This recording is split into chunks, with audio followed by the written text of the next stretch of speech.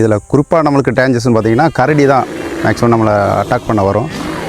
அதுலேருந்து தப்பிக்கிறது தான் கொஞ்சம் கஷ்டம். இது இப்போ பார்த்தீங்கன்னா யானை இப்போ தான் ஒரு தண்ணி குடிச்சிருக்கு, ஒரு 1/4 மணி நேரம் இருக்கும். ஊர் தோண்டி தண்ணியை குடிச்சிட்டு இப்படியே உள்ளே போயிருக்கு. இந்த அனிமலை சைட் பண்ணும்போது அந்த அனிமலுடைய பிஹேவியர் எப்படின்னு முதல்ல பார்த்துக்குருவாங்க.